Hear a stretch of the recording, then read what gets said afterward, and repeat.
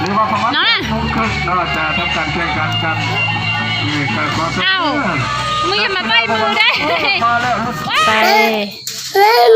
ไปเด้อไปแล้วมาไปจำเหนียวไปchơi sờ lạiเด้อจำnhỏ nằm chơi sờ lại cho tụi nhỏ nằm chơi sờ lại đây chỉ có nằm mất kiệt thế là lấy lần sạch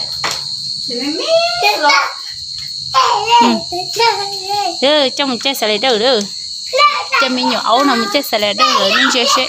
ai cao cho nó một chiếc à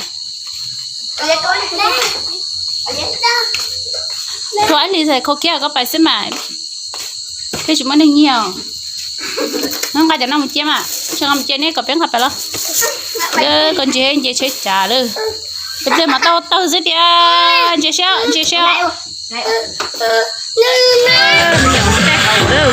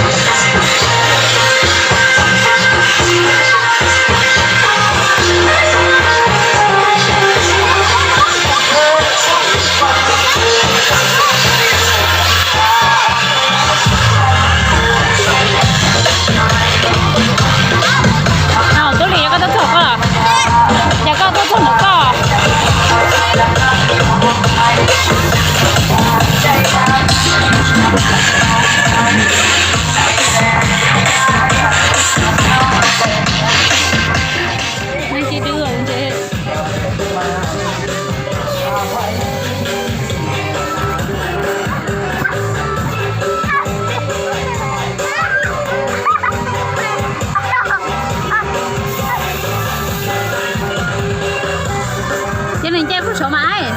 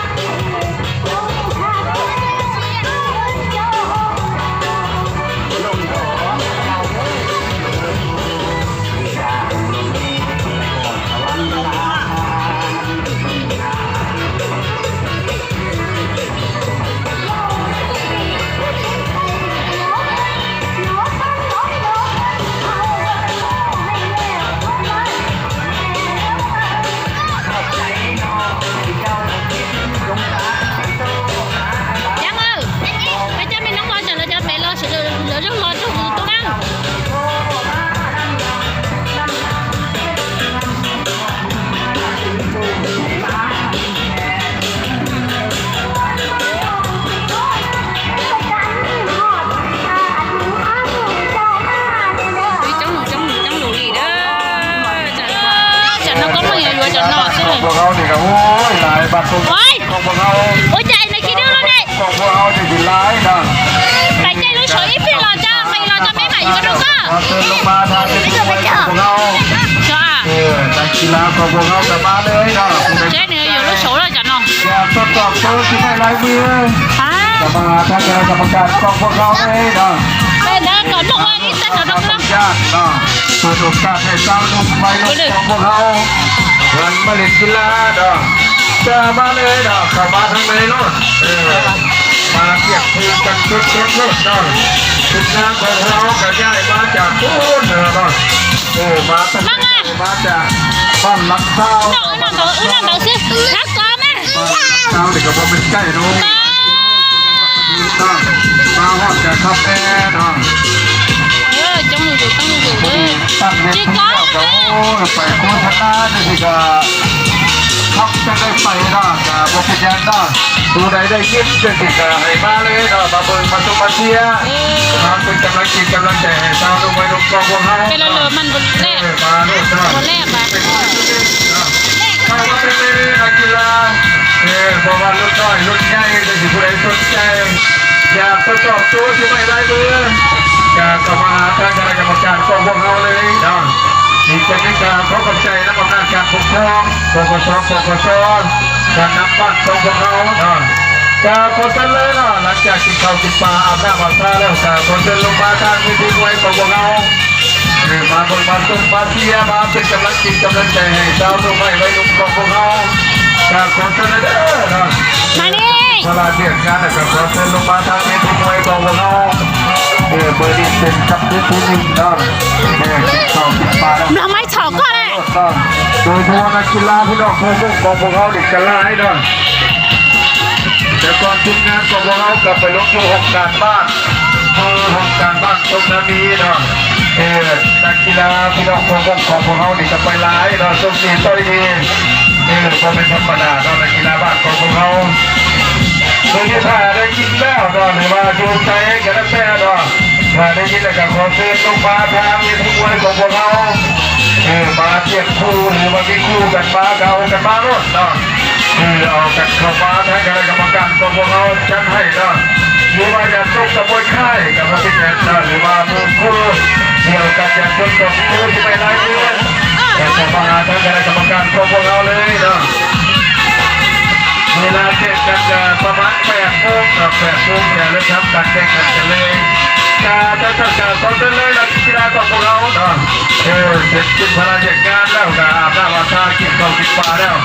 ลงมาทางเวทีมวยของพวกเรามาบนมาฝึกมาเรียน